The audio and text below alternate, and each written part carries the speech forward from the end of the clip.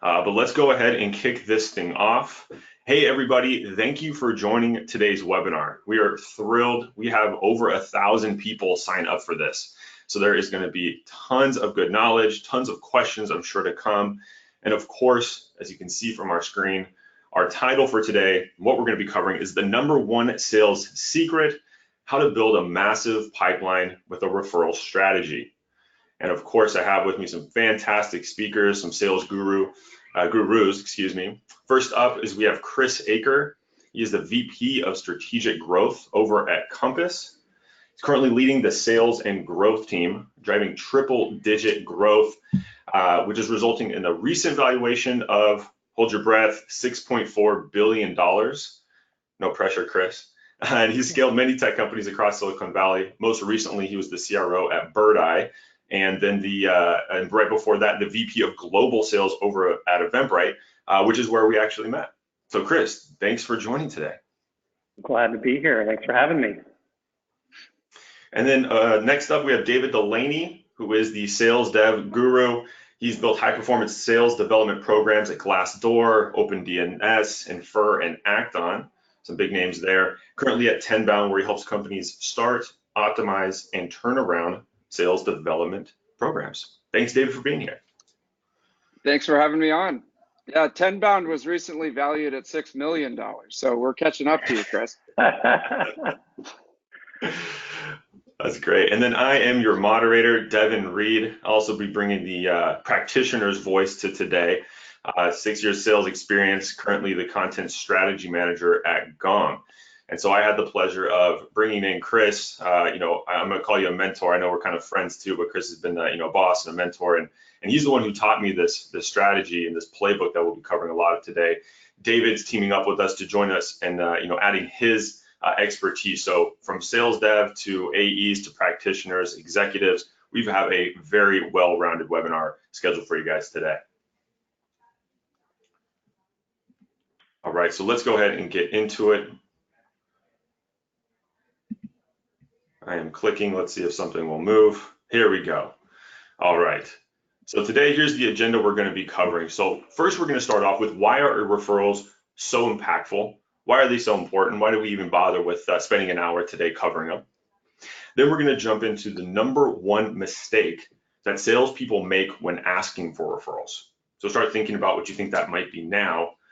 And then we're going to get into the 5 different scenarios, perfect asking for referrals. And of course, how to ask for them. You might already be thinking there's 5 different scenarios. I'm only familiar with 1, maybe 2. Yes, we have 5 different ones that we're going to share. And then at the end, we've got a giveaway. You'll learn how you can get a 5-step Cadence proven to deliver pipeline. This is out of my own playbook, and I'm happy to share it with you guys.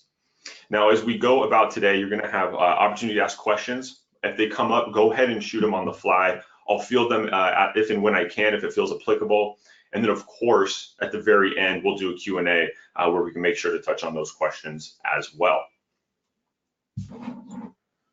All right, and so before we dive into it, I would love to know from the folks, go ahead and start on that questions, is if you're already using referrals or not as part of your strategy.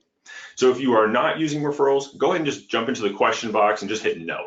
We're just curious to see how many folks are brand new to this or are familiar. And if you are already using referrals as part of your strategy, go ahead and put 1 through 10 how confident you are in your ability or in your skill set, in your plays. So 1 being, hey, I'm just, I've asked a couple of times, all the way up to 10, which is, hey, I'm a pro, I'm just hoping to pick up a couple more tips. And then we have a few no's in here, so we're going to be being able to share a lot of good stuff to new folks, a couple 5s, a couple I've tried but have been shot down. That's okay. We're going to help correct that. A lot of no's here, so great. We're going to have a lot of newbies here in a great way.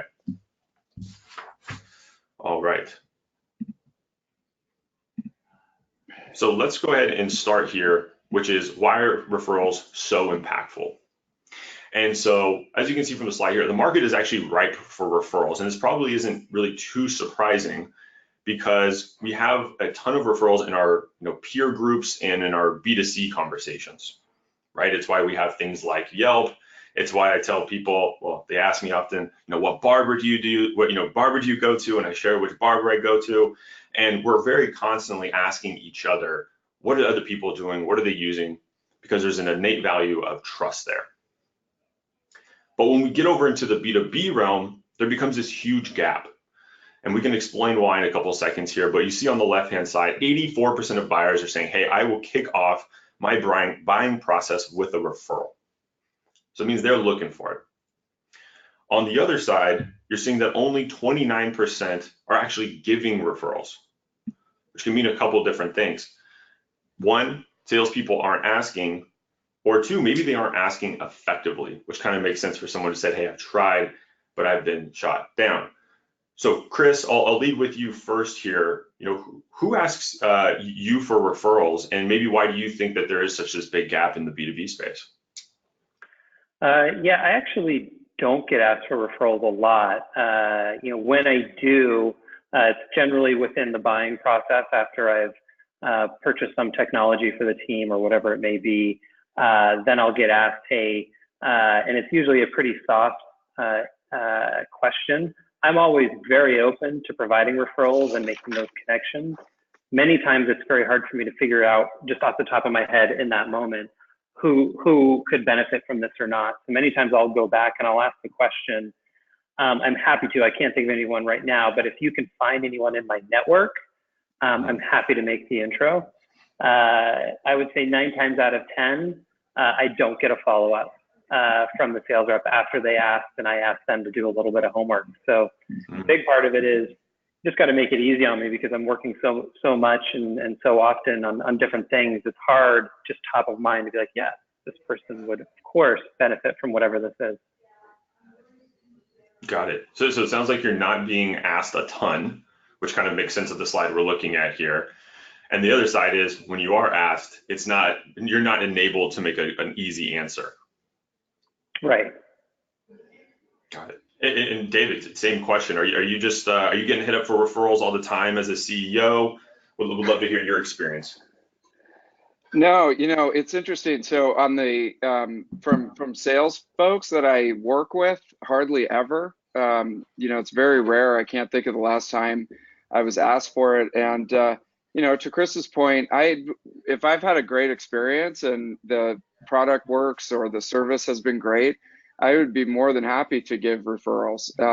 So I'll probably get about 200 after this, this webinar. The number one thing that I've seen out there is that people just don't ask, and they don't make it definitely they don't make it a systemic process that we'll go into here, but they just don't ask for the referral at the upfront, and so it doesn't happen. It feels like people are trying to do things the hard way, which is encounter strangers and talk about what their problem they're solving, where it seems like there's a great untapped referral network here. Yeah, absolutely. And that makes sense because into probably 3 or 4 years into my sales experience, I wasn't asking for them either. And I think one is no one really sat down with me and explained why they're so valuable. And then I think the other side was it feels weird, right? It's already hard for a lot of, especially junior salespeople, as I was at the time, to ask for the business in the first place, let alone say, hey, thanks for giving me, 5-figure, 6-figure contract. And by the way, can I have some more, right? Can I have your friends too? Can you bring them to the party? But it's true. Think of how much easier it is. I think of if you're at the park or maybe at a social gathering and you're by yourself, right? And you want to go up to someone and introduce yourself and get some sort of dialogue going. It's tremendously harder to do than if I'm with, Chris having a beer and he says, oh, hey, here's my buddy David. Let me introduce you guys, right? It's much easier. We kind of already have this shared connection, and it makes the dialogue a lot easier. And so for some reason, we're not, using that in our B2B world, but hopefully today we'll be able to fix that. All right, so let's talk about the impact of referrals themselves. So there's 3 main pillars here. They almost seem too good to be true. Anything that gives me these 3, if I took away impact of referrals and just looked at these 3 bullet points, I'd probably do whatever was at the header here. But the first one is just pipeline coverage, right? You're going to get more opportunities. We'll talk about what the impact is in a second here. The next one is you increase your win rates. referrals close at a higher rate, and then you can increase your ACV here. And so what I've experienced as a practitioner is, you can always cold call, you can always, write those tailored emails, but it takes a lot longer, right, to get on someone's radar. You have to send a few emails, a few calls, just to get on the radar before you even get a response or before you get a meeting. And so what this is a much easier way of doing outbound. Get to still teach it with that, or still go about it with that, discipline and still have a playbook, but just know that it's going to deliver a lot faster. Chris, you've told me some good things around close rates when we were kind of prepping for this. How have you experienced this in terms of how referrals are helping you win faster, win more? Yeah, well, I think first and foremost, any business that I've been in, we've always tracked lead source and where everything's coming from, and referrals has always been one of those key lead sources. Every business I've been in, the close rates on referrals close at a significantly higher rate. Right now at Compass, when comparing it to a cold call lead channel, we're closing at more than double the rate on a referral. So, just seeing that and understanding that and putting that data in front of, our sales team, we're really able to really lean in on it, as well as completely shift our entire lead generation strategy strictly to a referrals-based strategy. Love it. That makes sense. And I'm sure your sales team loves hearing, hey, I have this new channel for you and it's closing 2x against your least favorite thing, which is probably cold call. Yeah. And it's many times it's hard to say, especially from a leader standpoint, but the sales reps who work the most warm leads tend to be the ones that perform the highest. And so I've seen reps who are highly skilled and work very hard. However, they don't work any warm leads. It's just this pure brute force mentality, and they fizzle out versus those who maybe are a little less skilled, but they are working so many warm leads and these referrals that ultimately they end up winning and they perform at much higher levels. And so it's really, finding that balance of effort versus skill, and going after referrals is a great way, and I would say the number one way to really start increasing win rates quickly. I love that. That's great. And I had a couple of questions I'm going to take a quick pause for. Yes, if anyone has to jump off, we are recording today's session. Apologies if I didn't mention that a little bit earlier. And then a little more towards this slide here, ACV, a couple of people asking what does ACV stand for? It's one of those many acronyms that we kind of take for granted from time to time. That is average contract value. So you could think of this as your average deal size. So what Chris was saying is you're going to win more often. The next point is saying you're going to win larger deals. But before we get there, David, would love to hear your experience too in your business, how referrals have helped you guys win more, or if you want to jump to number 3, we can do that too.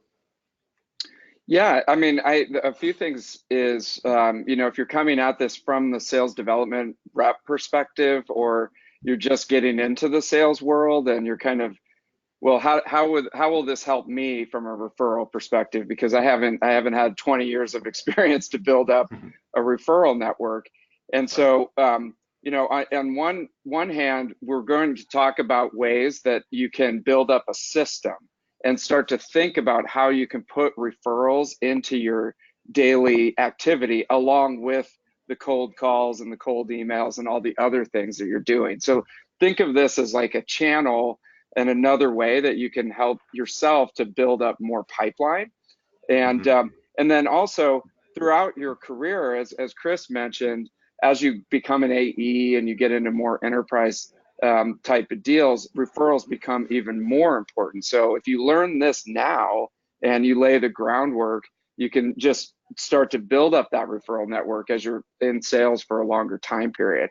So, a lot of SDRs they're a little skeptical about, well, how does this really apply? It absolutely does, especially putting that foundation in place and just thinking about, how do I get more referrals and how do I put this into my workflow? And so from a pipeline perspective, this is super valuable. So I'm excited to dive in on it. Fantastic. And then last one too, I know, Chris, this was something you had kind of mentioned in our prep. maybe really quickly we can touch on, how is leading with a referral helping with the contract value? Are people really spending more money with you? Is it a trust thing? Yeah, I think there's a couple points. It's really first, when you start working with someone, they're not necessarily coming in as a skeptic. From a cold call, you're trying to turn a skeptic into a believer. When you immediately have that trust, meaning you got introduced from a trusted source, they're coming in a little bit more solution and open-minded, which naturally they'll pull off of trying to negotiate on price hard or drive down price, or they'll be more willing to bend a little bit more towards the end. And this also can become a great negotiation tactic, leveraging referrals, which I know we'll hit on here in a little bit. So and that's one of those pieces that I think is most under leveraged when you get towards the end, to be able to hold on price as well as improve renewals. Fantastic. And then I think that's like some additional benefits people don't really think about, right? I think number one is kind of obvious. I'll get more coverage, I'll have more opportunities. But I don't think people really think of, okay, but down the funnel, or rather at the beginning of this conversation, I have more trust, right? And that's going to make the funnel faster. I'm going to sell quicker, and then I'm also going to have a better win rate. Which kind of leads us to the next point. How important really are referrals? In my experience, it's honestly been the difference between hitting quota and missing it. And the way that I view this, and I'm sure you guys as sales leaders have seen this too when you're doing your forecasting, is at the end of the quarter, which we're pretty much at right now, is you're looking at your pipeline, and it's kind of like when you're looking at playoffs. If your team's going to make the playoffs or not, it's like, okay, this team has to lose, and we have to win these 2 games, and then we can get there. And that's a really tough way to view success at the end of the quarter, right? I need all these deals to come in, these 6 deals to come in to have a shot. But when you have more than enough pipeline, when you have these warm opportunities presented to you by referrals, you have enough options. You can have, let's say you need 4 deals, but you have 8 of them, right? You have 8 of them in play. And so I always kind of view this as, referral playbook is kind of your quota insurance, right? It's making sure that you have more than enough options. So just in case a couple of things fall out, you're still set up for success. Yeah, I find, this ends up becoming the root cause of, as a leader, being working to try and instill a new skill set across the team, or try and hold on price more. What I find is that the number one root cause is you don't have enough pipeline, and more importantly, you don't have enough warm pipeline. So you don't have a lot of false positive pipeline, right? Right. And there's this great quote. It's quoted by many people, have taken credit for it. I think most commonly the Navy SEALs, but it's when under pressure, you never actually rise to the occasion. You fall to your lowest level of training. And so when you're at the very end of the quarter and you're trying to scrape to get any deal possible, you're not going to be open to trying new skill sets. You're not going to be open to really holding firm on price. You're going to do whatever it takes to scrape and claw to get to your quota, which then leads to more bad behavior, which then it can become a spiral. And so the more you can put focus on referrals, the more pipeline you'll have and the more warm pipeline you'll have, which naturally takes that pressure away, because you're going to have the next deal, or you always have enough coverage that you'll be more willing and open to try new things, as well as hold on price more. Awesome. And the viewers are loving it too. We're getting some comments coming in. Thanks so much for putting this together. It's fantastic. This is great. We're currently trying to implement a referral strategy. So it looks like this is something going on. And shout out to Carmen. She says, loving it, with about 5 exclamation points. So people are resonating. They're loving this. And so let's kind of get into some of the tactical things here. I think we've set the table beautifully here. Before we jump to the number one mistake that sellers make, when asking for referrals, I'll ask our viewers. I'll take about 5 seconds here. What do you guys think is the number one mistake that salespeople make when asking for referrals? I cue the Jeopardy music if I had time, if I had the ability, but go ahead and just start putting it in there.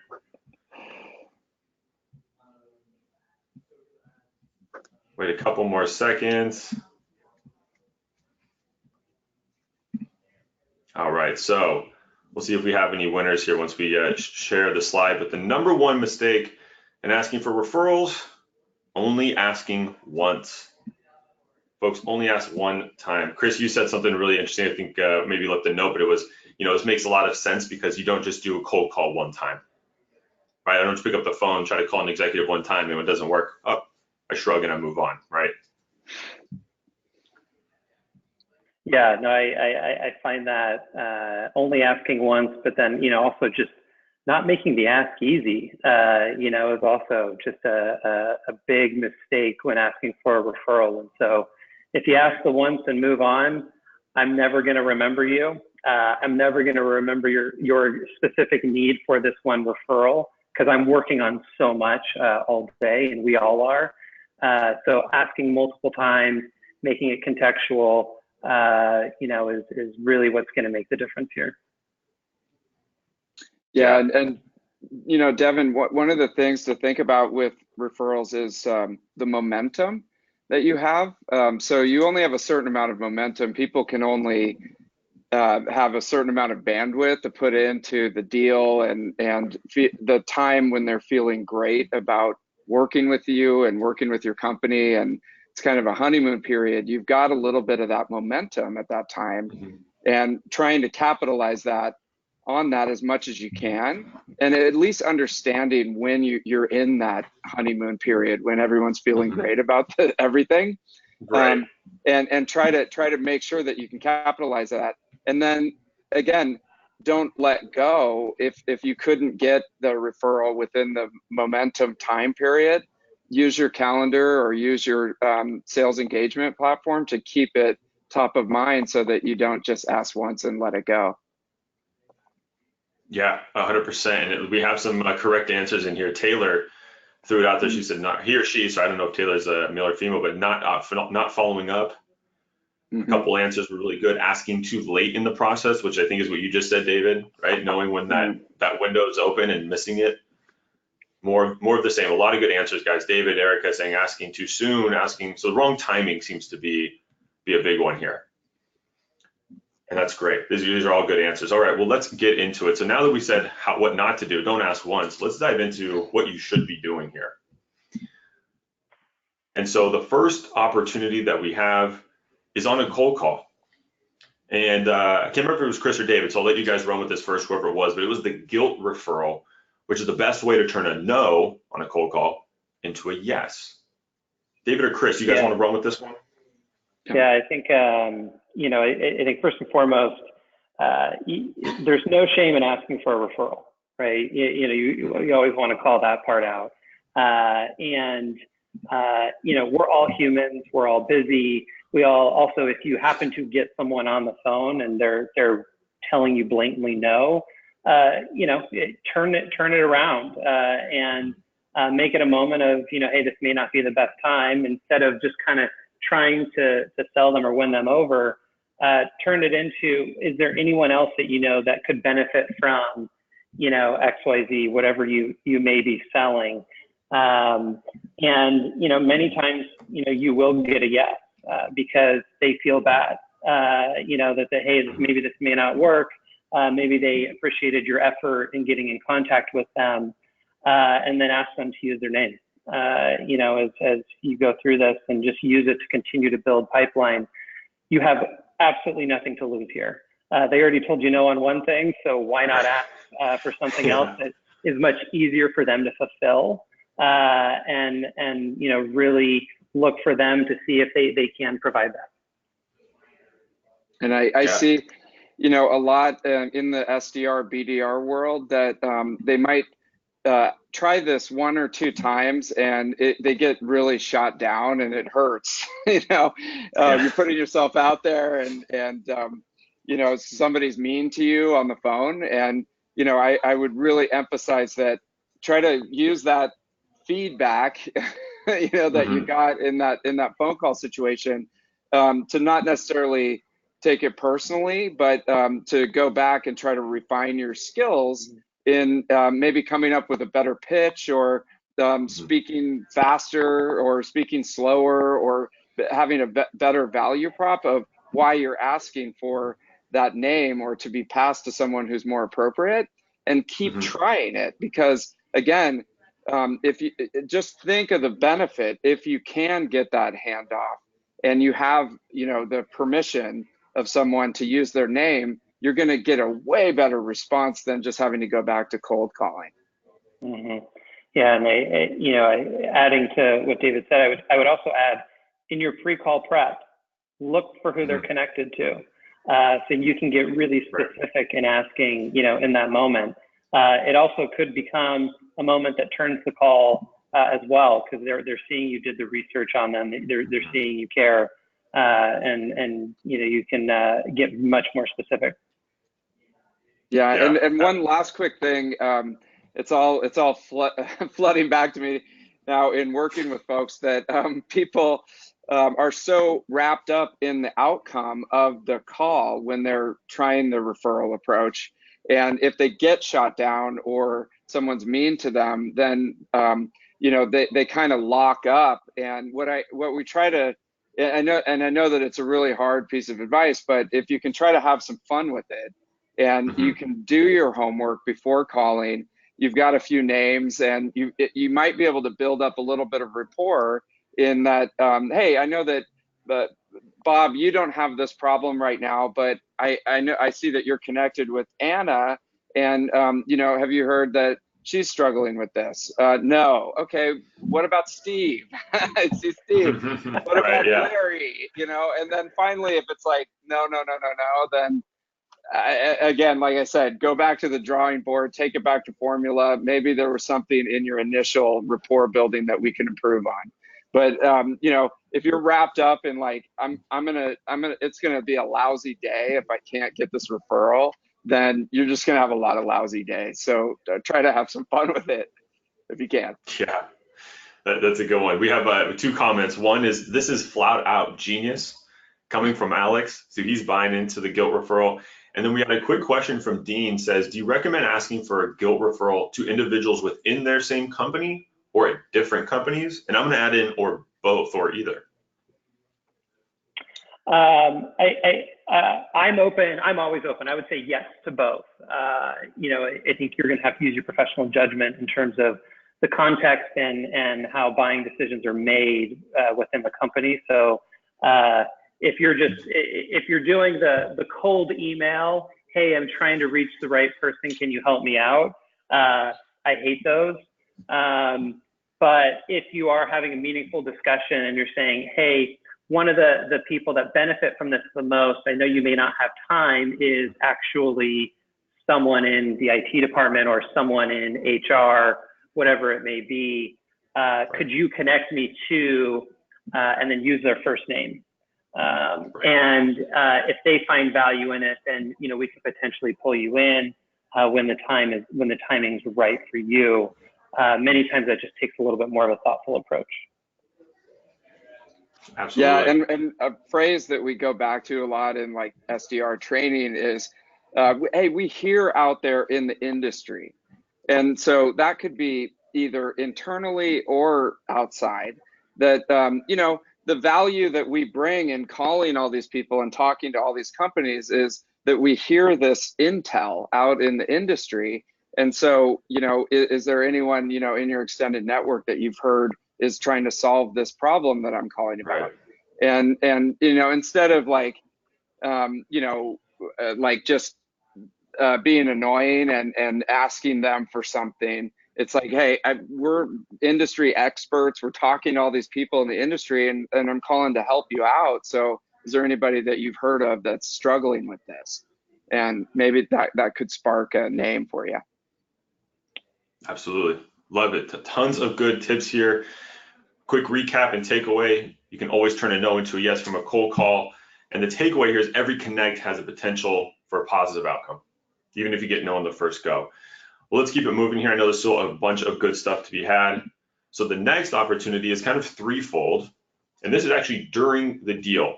And David and Chris were talking about this. It's capitalizing on moments of high interest and excitement. And there's 3 key times that this happens in the deal. 2 are definitely in the deal, and then we see on the signature. So the first one is on the demo. The second one's the negotiation, which is my personal favorite out of this one. And then we get into the signature. And so we'll go ahead and dive in here. And hopefully you're leaving your prospects looking like our friend Will Ferrell here. And so the first one is doubling down on your demo. I think this is going to be new to a lot of people. When we were prepping for this webinar, it was actually fairly new to me as well. It was one of those things that kind of made sense, and as Chris and David were talking through it, we kind of came up with some tactics for it. But what you're going to be able to do is when you're on that demo, and we've all been there if you're in a closing role where you just hit a home run, right? The demo's maybe not even over and you're like, I know I nailed it. Things are going really well. This is a fantastic time to capitalize on that excitement and get something more than just moving this deal forward, but again, getting more deals into the pipeline. And so the way that you're going to want to do this, and we've been talking about this a lot, is really comes down to preparation. It's making sure that you're asking the right questions to people that puts them in the framework. And the way that I view this, I don't know if you can see me in the webinar, but you think of if you ask a senior leader, hey, do you have anyone that can use Gong, for example? Anyone to them is all of the people in the funnel in their like social network, right? It's anyone they've ever met. So you're trying to ask for one person, which could be, I don't know, upward of a few thousand people. And so what the goal here to do is to get a good answer and a good response of a name you can use is to ask questions where you're coming up here and you're just narrowing it down to a small group of people. That makes it a lot easier for them to say, hey, yeah, this is someone in this specific circle that I can connect you with. Yeah, I think, the points of high interest in this really being one of those, we live in a world now that when you get excited about something, call it a dinner, you take a picture of it and you share it with your closest 1,000 friends. This is another opportunity to capitalize on that. And it doesn't have to be at the end of the demo. It could be in the middle of it. And a lot of this information, many times you're figuring this out in discovery, if that's how your sales process works, of running discovery before the demo. When you see that aha moment click for them, you want to do two things. One, dig into that, get the great feedback questions. How would you implement this within your business? And really get them using it. But then start going through these questions because they're excited in this moment. They're going to potentially think about someone else that they know could really benefit from this. And this becomes really exciting. And it really doesn't matter what industry you're in because, from an SMB standpoint, if you're selling to small local businesses, it could be someone else in their neighborhood, a similar business in their neighborhood that they interact with. It could be, if you're ever selling to someone in marketing, they go to so many conferences and events that they're interacting with so many people all the time. They're going to have a network, and really figuring these little pieces out. It's a great opportunity to ask. And again, this would be your potentially second or third touch point of where you're asking in the sales cycle. Yeah, absolutely. And I think that's it too. Oh, sorry, go ahead, David. Yeah, I was just going to throw in for the SDRs and the BDRs on the line. This might be a little bit outside of the box for the sales reps that you're teaming up with. And so if you're going into a demo and you're strategizing a little bit beforehand, you may want to just mention like, hey, this is a great opportunity to ask for a referral.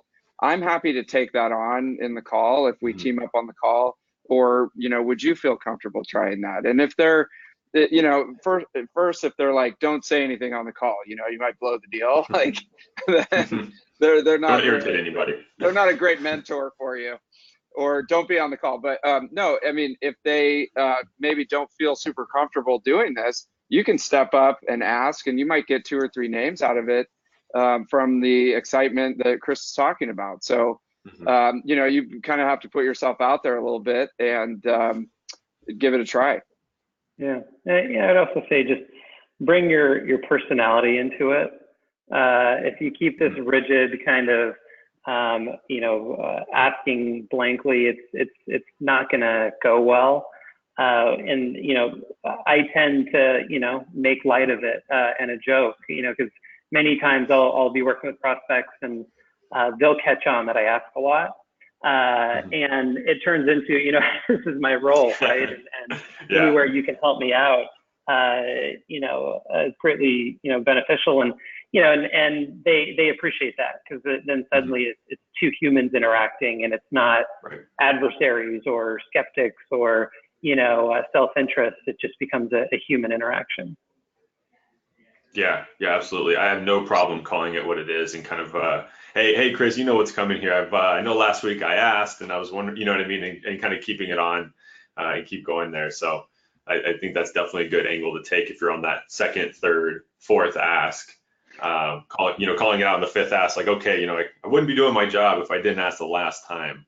If you put any thought into these folks that I sent over. And so I think what we're kind of dancing around here is the key takeaway is you can remove the barriers with focused questioning. And by barriers, I mean, that's kind of that funnel, right? You want to make it easy for them to come up with the best name, not just somebody in their network, right? You want the right person. And so take some of these questions here. Do you work with people that share the same challenges, right? When someone says in your demo, wow, this is amazing. I can't believe we've been doing it, in a previous way. Or you have a group of professionals you tackle these challenges with. Every sales leader has a network, every marketer, every healthcare professional, they all hang out together in some way, shape, or form. And so you have some options there. And then the last one, do you know anyone else who could benefit from, and then insert your value prop. Probably the easiest one, I would think, of these three. Before we jump to the next one, there's a great question from Chris. I'm going to shorten it here. And he basically is saying, hey, what if you're asking your prospect, or a client for a referral, but the person you're suggesting is one of their competitors? Chris or Dave, you want to take a crack at that one? I have my answer, but I'll let you guys lead. I wouldn't ask for a referral blindly to one of their competitors. I would first try and understand what is the dynamic between both organizations. Many times you could get into a situation where if you're just asking blindly, it will come off very oddly. But I'm always trying to figure out who my prospects' competitors are, so I can focus what my outreach strategy is going to be, and lead gen strategy, especially if I can drive success with these individuals. But if they're more of, I guess maybe like a frenemy, I guess would be a good descriptor. You can go down that path, but I would be careful with that. I agree. Yeah, and it's a people to people thing. So it's for me, it's more important to what the relationship is, and if they're connected, they and not necessarily at the account level. But I agree with Chris. That sounds a little awkward. Yeah, I think it's definitely key to have some context there. All right, let's get into the next one here. The next opportunity you have are during negotiations. And I think this is very true. Referrals are the most underutilized negotiation tool out there. I love hearing when salespeople on our team do this, because it feels like not only are you winning the deal, assuming that the deal gets done, but you've gotten something kind of unexpected out of it, which is, again, more pipeline and opportunities here. And so I'd love to hear, Chris, if you want to lead off here, David, but just kind of like, how can people do this, right? I think like when I read this kind of headline, it says, okay, that would be great, but kind of like a little more tactfully, how can people actually, as they're closing deals this month and this quarter, and then as we look to Q4, how can they make sure they're getting additional value out of their negotiations? Mm-hmm. Yeah, obviously this is really focused at the tail end of the negotiation when you're talking about price, and this is assuming you've set up value, you've gone through the whole process, but you will get prospects more often than not that are going to ask for a price reduction or ask for some sort of concession, and you either run to your manager to figure out if you can get the price reduced, or go to the max of what you're allowed immediately, or you try and hold on value. I think this is a phenomenal give-get scenario where you can tie it to a number of referrals. Hey, we typically don't do discounts, or we don't provide pricing what you're asking for. Here's what I can do. However, in order to make this work, what I need is, and then put in a certain number of referrals. When working with the legal team, like many times you'll get the legal team saying, okay, how do you track this? How will you know? Will they be a breach? Obviously, you're not going to kick any customer off the platform for not giving you referrals. However, it gives you a strong leg in a renewal situation. because, you know, a lot of your new customers may not provide any referrals or introductions, yet they got the reduced price. When renewal time comes and they ask for another reduction, or you're moving their price back up to rack rate, you have something to hold on to here of, you know, you, after you're going through all the value, hey, we also didn't see any referrals coming through. This was the reason why you got the concession, and this is why we're moving you back up to rack. You know, and so it can be used in many different points here, and a way to just build more pipeline as you're closing. Yeah, I think it's fantastic. It's something I started doing a little bit at the end, you know, last couple of years or two of my career. And it's really great too, because I think, as you said, Chris, it moves the conversation just from price and trying to get the lowest price. And when you say, let's talk about some other things, whether, you know, terms is a good example, but referrals even better, it kind of subconsciously tells them, hey, we're kind of done talking about price. The price isn't going to get any better, but here's what we can talk about instead, right? Sorry, David, I think I might have clipped you. I love that. I after we prepped for this, I started doing that, Chris. It's a great thing because there's not necessarily a monetary exchange, and it's just a commitment, and it's a win-win on both sides because their friends also get the value of your product or service.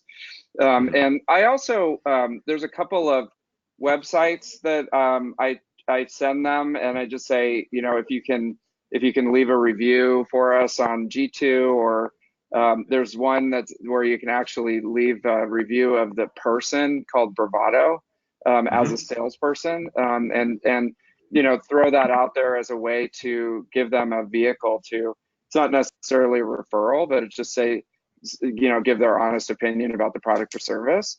And you know, you can build that in as well in the negotiation time. So yeah, I've worked with many prospects who have claimed that they know a lot of people and can really help me out, you know, and I'm sure many of us have come across those individuals, and they'll continue to beat the drum.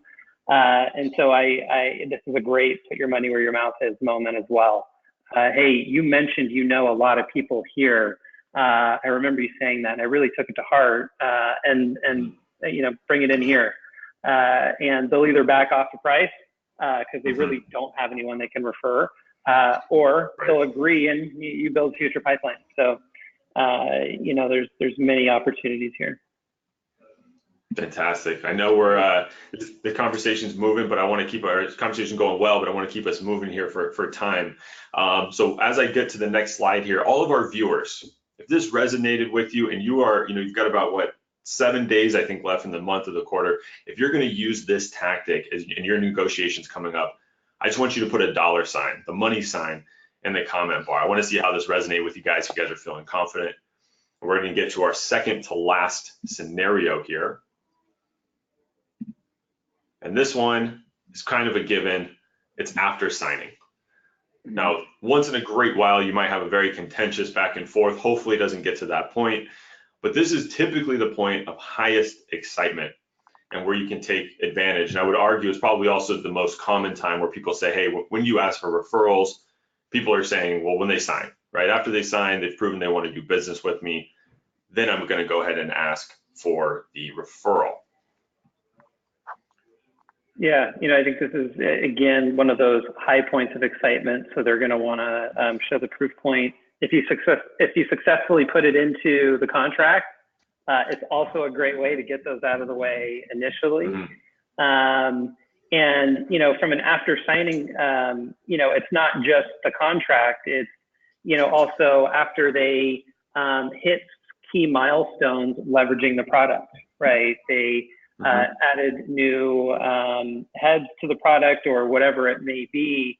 You know, you can add it to your customer success program that you're using to trigger an ask when they reach certain milestones. And so, you know, I think that's also a great place to ask. And, you know, any opportunity or angle you can ask for that referral. If someone beat you up on price, hey, you really took a lot of revenue out of my impact here. Can you help me make that up? And you go back to the guilt referral, right? You know, so there's all sorts of opportunities to ask. It's more of knowing and believing that you should be asking, it's the best way to build pipeline and putting a focus on it. Absolutely. Yeah, It was the next one and you talked about it, so I jumped to the next slide here, but they both kind of play a similar role. Sorry, David, go ahead. I seem to be doing a great job of clicking today. I love bringing in comedy. I mean, I tell people like, hey, my whole business is built on referrals. I'm just trying to feed my kids. Like, can you help me out here? You know, I try to make it funny because it's like, whatever. I mean, you know, but I just wanted to bring Chris, your point back to the SDR AE relationship. You know, SDRs or BDRs are on the call. You know, just make sure that it's okay with the AE that you're working with and everybody's copacetic. But if you don't have a great program in place like they have at Compass, you can just set up like a sequence or a cadence where you know the trigger event is you just close the deal. One of your AEs just closed the deal. Make sure that this is okay with them. But you know, you could put in like a 3-step cadence that's just, you know, ask for the referral initially.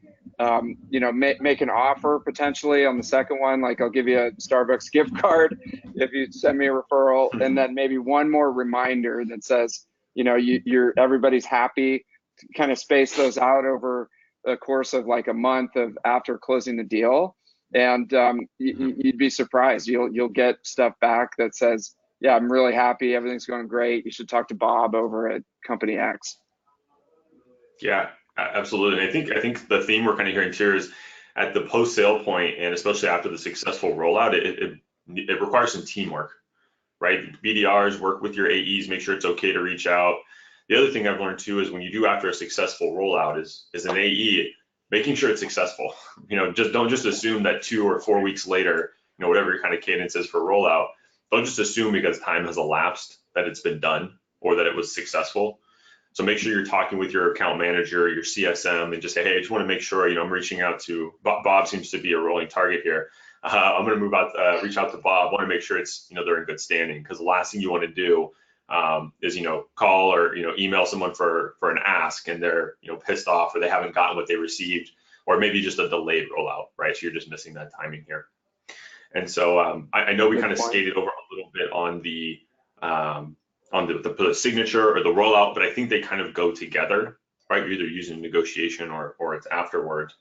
And that gets us to kind of our recap here. Let's see, I got a frozen screen. Here we go. Oh yeah, key takeaway. I think we've been talking about this, but happy clients deliver the best referrals.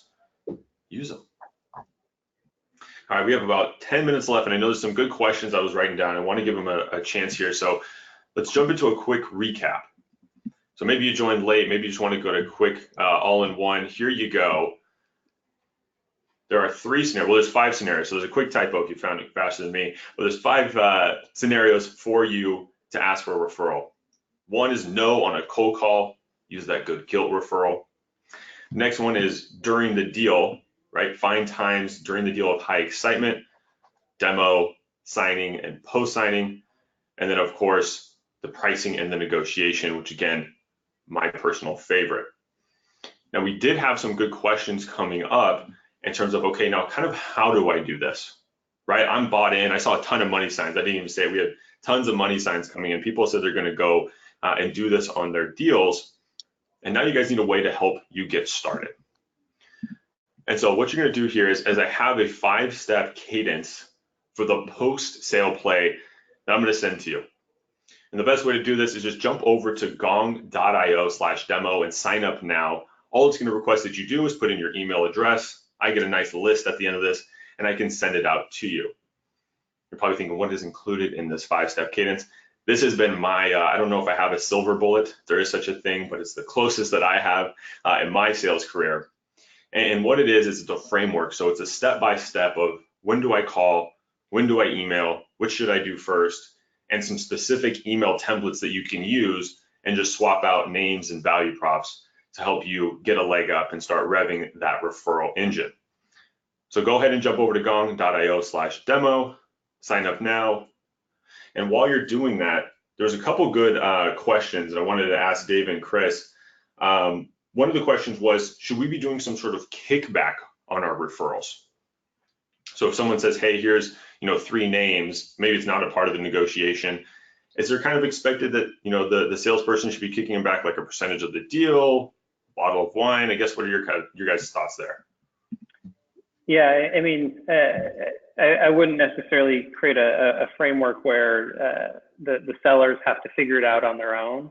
I think this should be a company strategy and initiative where you are incentivizing clients to provide a referral. And you should just look at your basic CAC to LTV ratios and know what your cost of acquisition is. From a referral standpoint, you could potentially go up to that number or stay within it because you're potentially skipping a lot of the steps by just getting that referral. From a seller standpoint or from an account manager or customer success standpoint, I always think it's best practice to send a follow-up note thanking them. If they've sent many or several, I would do a glass of, or a bottle of wine or something that is meaningful to them. If they're not a wine drinker, don't send them wine. But if I'm sending a gift to Devin, I'm sending him a bunch of socks or something that's like the newest shoes that are out. I'm not necessarily sending a bottle of wine. Right. Yeah, I think the personalized gift makes it last. Go ahead, David. Big time. I mean, that was one of the first things that I did when I set up Tenbound. I've got a very lucrative and generous referral program. So anybody on the line, our trigger event is my SDR program sucks. Okay, that's all I need to hear. Send them over, and I will pay you for bringing in deals. And we have a referral training, for SDRs. And so there you go. If you like this, send them over. I will pay you. And I write big checks. So yeah, from a business perspective. And then, I've got a guy who does sales for me, and I give, like, to Chris's point, just gave him the referral program, and I was like, dude, give this to anybody out there who's interacting with sales development teams and tell them we'll write them big checks, so it's a lot better. I'd rather pay a referrer person than, Google. No offense to anybody that works at Google, but I think Google's doing okay, but I'd rather pay somebody for kicking me a referral directly so that they can benefit. Yeah, we've actually redirected our SDR team. They no longer make any cold calls. They are purely going after our customer base and educating on the referral program. And their only job is to go after referrals. And we've increased the amount that we're going to pay for referrals to our clients and our customers, because we know we close at such a significantly higher rate. When you do the math, it becomes a no-brainer. And so we've actually taken the hard pivot and hard shift of, okay, like let's put the traditional inbound strategy play in the closet and let dust collect on it, and let's reinvent how we go after this and be bold, and that's what we're doing right now. I think you're going to get flooded with applications after this call because nobody wants to make. We are hiring. Yeah, there you go. Compass is hiring. Cold call. Just you have to watch the webinar to get it. All right, cool. We have 2 more questions I think we have time for. If you guys have questions as viewers, I know we're getting close to the top of the hour, so you've probably got some calls to jump to, so we'll wrap up shortly. But one is a question I'll take, which is someone said, hey, I closed a deal 7 months ago. Is it too late, and should I just send an email? And my first thought is, and kind of giving away the playbook, is I think you should always call first. Ideally, you get them on the phone, you have a conversation, how are things going, making sure that it's smooth, and then going for that very specific ask. It's really hard to ignore when you're on a conversation. They've shown the research, right? They're prepared, and they made it easy for you to say yes. It's really easy to ignore or accidentally miss your email, especially if it's 7 months later. So I would definitely, shoot to do it a lot sooner moving forward. But if you had a good deal a few months ago, I don't think there's any problem picking up the phone, maybe leaving a voicemail, and then, going again with a really tactful email. Chris or David, agree, disagree? I completely agree. And I completely agree with getting them on the phone and talking through it. Yeah, and just do your homework, like you said, Devin. Like before you before you call, make sure that your company didn't completely screw up the implementation. Yeah. And then if it's all good, then hey, why not use some of these tactics? Yeah, love it. Quick question came in, I'll answer is what percent of your ACV or contract value do you pay your clients for referrals? Going back to what Chris said, it's going to be a company-wide thing. Don't go rogue and say, hey, I'll give you 20% of this contract value if you get me $100,000 deal, and your CFO or your finance director doesn't know. You don't want to get anyone in trouble. Here at Gong, we have, I believe it's 10% for folks that are, first year revenue, you get 10% if your referral purchases. All right, so it's like David said, we're happy to write checks as long as obviously the salesperson, the company needs a check first before they can write one out. And Yeah, then the last, oh sorry, go ahead. yeah, I do 10%, and then at like a per, because we do events too, so I just pay a per ticket kickback. So if they're out there and they're selling tickets to their friends, I'll pay them per ticket to come to do it. Love it. All right, last question here. I want to make sure I answer because this is a good one. Is there a difference or preference for asking for a direct introduction versus saying, hey, can I use your name, and then going about it on your own? I would say definitely always 100% when possible, get the direct intro. Have that person write the email and CC you. It goes a lot further because one, in their inbox, they recognize this person, that's in their network more than they probably recognize yours, even if they have, their friend's name in the subject line. It just doesn't go quite as far. So if someone says, hey, I won't make the intro, but you can use my name, to me, that kind of is a yellow flag. It seems a little odd that you'd be okay using their name. Maybe it's not really good, reference for them, but definitely get that direct intro when you can. And I would just caveat what you said of don't have them write the email for them and send the email for them so they can copy and paste it. Make it incredibly easy. You're doing the work to get them on the phone and getting to the yes. Don't give up. You haven't gotten the referral yet, so write the email for them. Yes, thank you. I swapped write for send. Absolutely, make it as easy as possible. And I've done that mistake where someone's like, "Hey, I'm gonna write this right now, no problem." I was like, "Awesome, Neil's got my back." And then I see the email and the messaging is wrong, right? It's not exactly the way I would have wanted my offering to be presented. So yeah, it definitely goes a long way there. But well, fantastic, guys. We are at time. Hour went by very quickly. And last plug, if you want this 5-step cadence, jump over to the link below. Thank you for joining us, Chris, David, and all of our viewers. It was a fantastic time, and I hope you got what you came for. All right, thanks, Devin. Thank you. All right, guys, see ya. Have a good one.